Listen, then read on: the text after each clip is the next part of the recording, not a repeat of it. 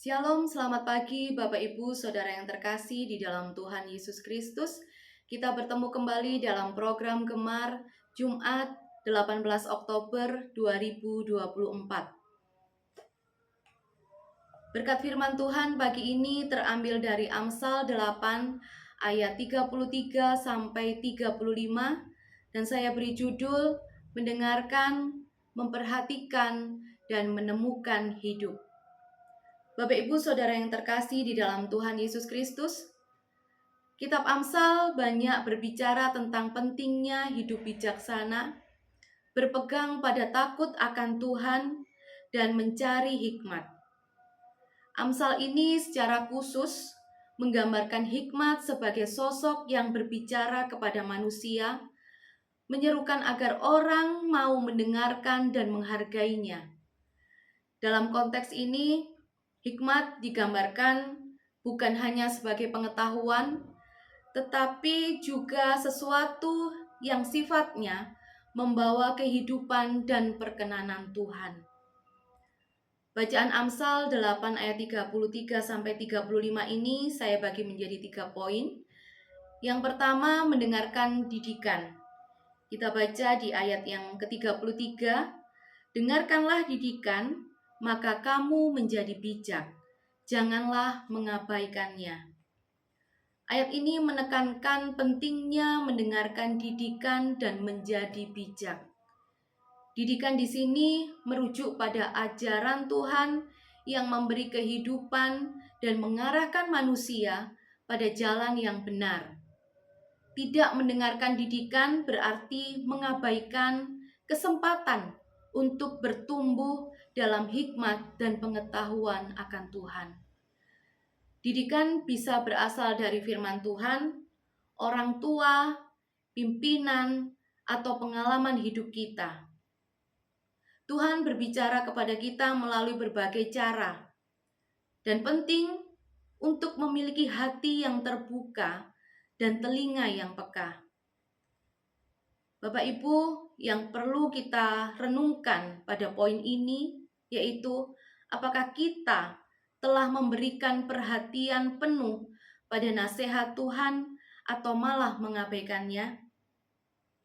Bagaimana kita dapat menjadi lebih peka terhadap suara Tuhan dalam kehidupan kita sehari-hari? Poin yang kedua, menjadi orang yang berjaga-jaga. Kita baca di ayat yang ke-34, berbahagialah orang yang mendengarkan daku, yang setiap hari menunggu pada pintuku, yang menjaga tiang pintu gerbangku. Ayat ini menunjukkan tentang berbahagianya orang yang setiap hari menunggu dan berjaga-jaga untuk mendengarkan hikmat. Ini menggambarkan sikap seseorang yang setia dan tekun mencari hikmat setiap hari. Kesediaan untuk berjaga-jaga di depan pintu menunjukkan kerinduan dan kebutuhan yang mendalam akan hikmat Tuhan. Orang yang berbahagia adalah mereka yang menanti-nantikan hikmat Tuhan setiap hari, seperti orang yang berjaga-jaga di pintu gerbang. Ini berbicara tentang kesetiaan dan kerinduan untuk selalu dekat dengan Tuhan dan firman-Nya. Yang perlu kita renungkan, apakah kita memiliki sikap berjaga-jaga dan menantikan Tuhan setiap hari?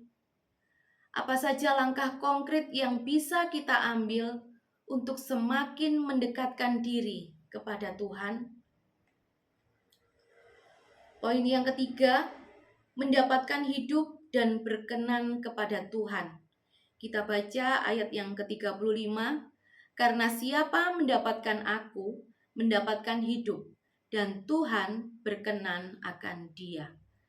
Ayat ini menjelaskan bahwa orang yang mendapatkan hikmat mendapatkan hidup, yang berarti hidup yang berkelimpahan dan berkat dari Tuhan. Ini juga menegaskan bahwa hikmat sejati berasal dari Tuhan dan hanya melalui hikmat itulah kita dapat menemukan kehidupan yang berkenan kepadanya. Mendapatkan hikmat dari Tuhan sama dengan mendapatkan hidup. Tuhan berkenan kepada mereka yang mencari hikmat-Nya. Hidup yang sejati dan penuh makna hanya dapat ditemukan melalui hubungan yang dekat dengan Tuhan. Pada poin ini yang perlu kita renungkan adalah bagaimana kita dapat mengejar hikmat yang berasal dari Tuhan. Apakah kita sudah merasakan hidup yang penuh makna dalam Kristus? Bapak, Ibu, Saudara yang terkasih di dalam Tuhan Yesus Kristus, bacaan kita pada pagi ini relevan bagi kehidupan kita saat ini. Mengapa? Yang pertama, karena kita hidup di dunia yang penuh dengan informasi dan ajaran. Namun tidak semuanya membawa kita pada hikmat sejati yang berasal dari Tuhan. Yang kedua, banyak orang seringkali mengabaikan hikmat Tuhan dan lebih memilih mengikuti pemikiran duniawi. Padahal hanya hikmat ilahi yang dapat memberikan kehidupan yang bermakna dan membuat kita berkenan di hadapan Tuhan. Bapak, Ibu, Saudara, kita tahu semua saat ini banyak tantangan dan godaan yang dapat menjauhkan kita dari Tuhan. Renungan hari ini menjadi pengingat bagi kita untuk selalu mengutamakan mencari hikmat Tuhan agar hidup kita dipenuhi dengan kebijaksanaan dan berkenan kepada Tuhan. Amin. Mari Bapak Ibu kita satu di dalam doa. Ya Tuhan, kami mengucap syukur atas firman-Mu pagi ini. Kiranya Tuhan, Engkau berikan kepada kami hati yang selalu mendengar dan taat pada didikan-Mu. Ajarkan kami untuk senantiasa berjaga-jaga dan menanti hikmat-Mu. Kiranya hidup kami, ya Tuhan, berkenan di hadapan-Mu dan dipenuhi dengan kehidupan sejati yang Engkau berikan. Terima kasih Tuhan, terima kasih. Biarlah firman-Mu ini juga tertanam dalam kehidupan kami. Biarlah firman-Mu ini dapat menjadi pedoman dalam kehidupan kami.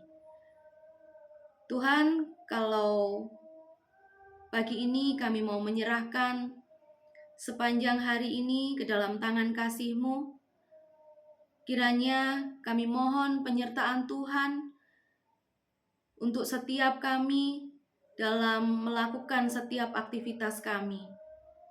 Terima kasih ya Tuhan, kami mau menyerahkan semuanya kehidupan kami ke dalam tangan kasih-Mu. Hanya di dalam nama-Mu kami sudah berdoa dan mengucap syukur. Haleluya. Amin. Selamat pagi Bapak Ibu. Selamat beraktivitas. Tuhan Yesus memberkati.